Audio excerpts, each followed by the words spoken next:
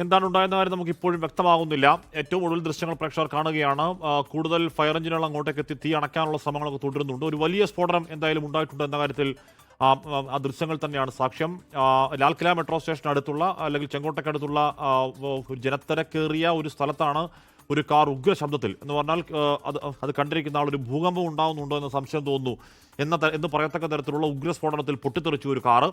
ആ കാറിന് സമീപത്തുണ്ടായിരുന്ന 3 കാറുകളിലേക്ക് ആ തീ പടർന്നു. ആ കാറുകൾ പൂർണ്ണമായി കത്തി നശിച്ചു. 2 ഓട്ടോകളിലേക്കും ആ തീ പടരുകയും ആ ഓട്ടോകൾ നശിക്കുന്ന ദൃശ്യങ്ങൾ നമുക്ക് നേരത്തെ കണ്ടു. വളരെ പെട്ടെന്ന് തന്നെ ഫയർഫോഴ്സും ബാക്കി സംവിധാനങ്ങളൊക്കെ അങ്ങോട്ടേക്ക് എത്തി അവിടെ തീ അണയ്ക്കാനുള്ള ശ്രമങ്ങളൊക്കെ തുടർന്നു.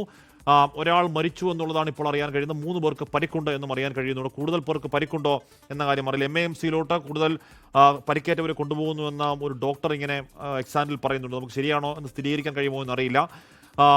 ഡൽഹി പോലീസിൻ്റെ ഡൽഹി ഫയർ ബ്രിഗേഡ് സ്പെഷ്യൽ സെല്ലൊക്കെ അങ്ങോട്ടേക്ക് എത്തിയിട്ടുണ്ട്. എന്തായാലും എന്താണ് ഉണ്ടായത് എന്ന കാര്യം ഇപ്പോഴും നമുക്ക് അവ്യക്തമാണ്. സ്ഫോടനത്തിൻ്റെ പിന്നിൽ കാരണം എന്താണ്, അത് ഏതെങ്കിലും തരത്തിൽ അട്ടിമറിശ്രമം ഉണ്ടായിട്ടുണ്ടോ എന്ന് പറഞ്ഞാൽ ഒരു സ്ഫോടക വസ്തു അടുത്ത കാലത്ത് പിടികൂടാത്ത രീതിയിലുള്ള സ്ഫോടക വസ്തുക്കളൊക്കെ പിടികൂടിയ ഒരു സംഭവം ഇന്ന് ഉണ്ടായതാണ്. അതുകൊണ്ടാണ് ആ ബന്ധവും അല്ലെങ്കിൽ ആ സംഭവം ഇതുമായി എന്തെങ്കിലും ബന്ധമുണ്ടോ എന്ന് സംശയിക്കേണ്ടി വരിക. എന്തായാലും അതിലൊക്കെ ഒരു സ്ഥിരീകരണം നൽകേണ്ട അതോറിറ്റികൾ തന്നെയാണ്. അപ്പോൾ സ്ഥിരീകരണത്തിന് നമ്മൾ കാത്തിരിക്കുന്നു. അതല്ലാതെ അതിനു മുമ്പ് ഏതെങ്കിലും തരത്തിലുള്ള അനുമാനത്തിലേക്ക് എത്തുന്നത് ശരിയല്ല. എന്തായാലും അവിടെ ഒരു വലിയ സ്ഫോടനം ഉണ്ടായിരിക്കുന്നു. അത് കാറിനകത്തായതുകൊണ്ട് ഇനി CNG പൊട്ടിത്തെറിച്ചതാണോ എന്ന സംശയം പോലീസ് പറയുന്നുണ്ട്. അതല്ല, അതേസമയം തന്നെ അട്ടിമറിയുടെ പോസിബിലിറ്റിയും ആരും തള്ളിക്കളയുന്നില്ല. എന്താണെന്നുള്ള കാര്യം ഒരുപക്ഷെ ആദ്യഘട്ടത്തിലെ രക്ഷാദൗത്യം പൂർത്തിയായതിനു ശേഷം മാത്രമായിരിക്കണം പ്രാഥമിക അന്വേഷണത്തിന്റെ ഏതെങ്കിലും തരത്തിലുള്ള വിവരങ്ങൾ പുറത്തേക്ക് വരിക. ബൽറാം നെടുങ്ങാടി ചേരുന്നു. ബൽറാം, അതിന് കാരണം എന്തായാലും ആദ്യം ഉറപ്പായുമുള്ള പ്രയോറിറ്റി പരിക്കേറ്റവരെ അവിടെ നിന്ന് അടിയന്തരമായി മാറ്റുക, ആശുപത്രിയിലേക്ക് കൊണ്ടുപോവുക എന്നുള്ളത് തന്നെയായിരിക്കും. തീ പൂർണ്ണമായി അണയ്ക്കുക എന്നുള്ളത് തന്നെയായിരിക്കും. ആ പ്രവർത്തനങ്ങൾ തന്നെയല്ലേ ഇപ്പോൾ നടക്കുന്നത് ബൽറാം? ഹഷ്മി, തീർച്ചയായും ഈ സംഭവം അറിഞ്ഞ ഉടൻ തന്നെ പോലീസ് സംഘം സ്ഥലത്ത് എത്തിയിട്ടുണ്ട്. ഇപ്പോൾ രക്ഷാപ്രവർത്തനം ഈ പ്രദേശത്ത് പുരോഗമിച്ചുകൊണ്ടിരിക്കുകയാണ്. പരിക്കേറ്റ ആളുകളെ ഇവിടെ നിന്നും മാറ്റുന്നു. ഒപ്പം തന്നെ ഈ പ്രദേശത്ത് മറ്റ് അപകടങ്ങൾ ഒഴിവാക്കുന്നതിനായി അവിടെ നിന്നും ആളുകളെ ഒഴിപ്പിക്കുന്ന നടപടികളും പുരോഗമിക്കുകയാണ്. ഈ നടപടികൾക്കൊപ്പം തന്നെയാണ് തീ അണയ്ക്കുന്നതിനായുള്ള ഫയർ എഞ്ചിനുകൾ ഉൾപ്പെടെയുള്ളവ ഇവിടെ എത്തിച്ചേർന്നിട്ടുണ്ട്. നിലവിൽ ഈ പ്രദേശത്ത് ഡൽഹി പോലീസിന്റെ സ്പെഷ്യൽ സെൽ പരിശോധന ആരംഭിച്ചു കഴിഞ്ഞിരിക്കുന്നു. 8 വാഹനങ്ങൾ ഈ ഒരു സ്ഫോടനത്തിൽ തകർന്നിരിക്കുന്നു എന്നാണ് നിലവിൽ ഏറ്റവും ഒടുവിൽ ലഭ്യമാകുന്ന വിവരം വ്യക്തമാക്കുന്നത്. അതിൽ ഈ സ്ഫോടനമുണ്ടായത് ഒരു കാറിനകത്തു നിന്നാണ്.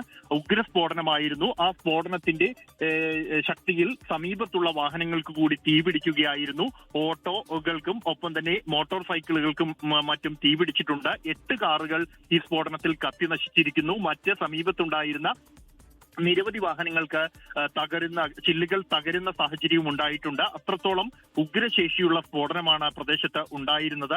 നിലവിൽ നിരവധി പേർക്ക് പരിക്കേറ്റതായുള്ള റിപ്പോർട്ടുകളുണ്ട്. 3 പേരുടെ പരിക്ക് സ്ഥിരീകരിച്ചിരിക്കുന്നു. ഒരാൾ ഈ അപകടത്തിൽ സ്ഫോടനത്തെ തുടർന്ന് മരിച്ചതായുള്ള റിപ്പോർട്ടുകളും പുറത്തു വരുന്നുണ്ട്.